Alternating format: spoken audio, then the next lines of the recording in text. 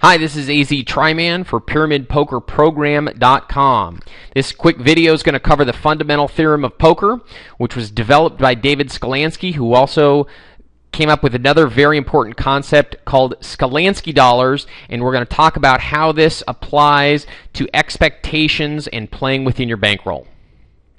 In the theory of poker, David Skalansky developed the fundamental theorem, which says that the correct play is the play that you would make if you could see your opponent's cards. It also means that we want our opponents to do the opposite of what they would do if they could see our cards. In other words, poker is a game of deception. That concept, though, leads right into the idea of Skalansky dollars. Skalansky dollars are a great way to focus on our decisions as opposed to focusing on outcomes. Now, what I mean by that is let's take a look at an example where we get it all in pre-flop with a pair of kings versus a pair of fives.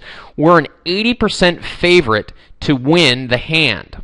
What we want to understand, if we get it all in pre-flop for exactly $10 versus our opponent who puts in $10, it creates a $20 pot.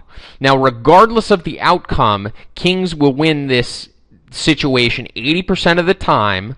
80% of $60 is $16, or a $6 profit in Skalansky dollars. In other words, Skalansky dollars are what we win when we make correct decisions. Now, this concept helps us focus on decisions rather than outcomes because we always want to be in the habit of trying to collect Skalansky dollars.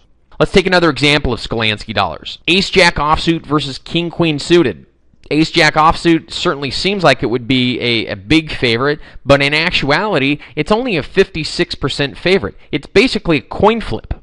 Okay? Now, while we do win a $1.20 Skalansky dollar profit, there are certain times where it is absolutely a correct play for King-Queen suited to call Ace-Jack offsuit, even if you knew that your opponent had Ace-Jack offsuit. When that will be is when the pot odds dictate a call. If you're getting 2-to-1 on a call, even if you're a 44% versus 56%, so you're the underdog, if you're getting 2-to-1 pot odds, you absolutely make that call. And that's what we'll cover in another video called pot odds and implied odds.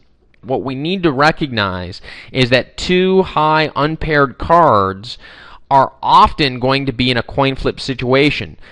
Another concept that we're going to cover here in the future, especially as it applies to sit-and-go tournaments, you don't want to wait until you only have two big blinds left to push all in with Ace-Jack offsuit, because you're going to get called by every single hand that's out there. So we need to pay very close attention to stack sizes versus blinds, one of the most important concepts that poker players need to focus on.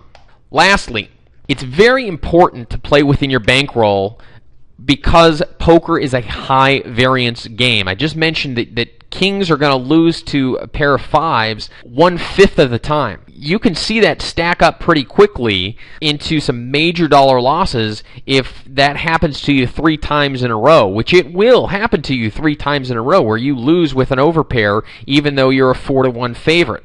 If you lose 3 times in a row playing 1 cent, 2 cent, where you have your bankroll is $2, it's not a big deal. You're down $6. However, what happens if you were playing in a $1, $2 no-limit game where you have $200 on the table and you lose 3 times in a row with kings versus an underpair? All of a sudden, you've got a $600 loss. It's a lot more difficult to handle mentally. So what we need to understand, going back to the Ace-Jack example versus the King-Queen suited, understand that there are very few situations where you're going to be better than a 4-to-1 favorite in poker, which means there's going to be a lot of times where you're pressing marginal advantages like Ace-Jack versus King-Queen. And when you're pushing those marginal advantages, you're going to lose almost half of them. So what you need to make sure you're doing is playing within your bankroll. We've got more advice on bankroll limits at PyramidPokerProgram.com. That covers it for this video today. Good luck at the tables, and we'll talk to you again soon.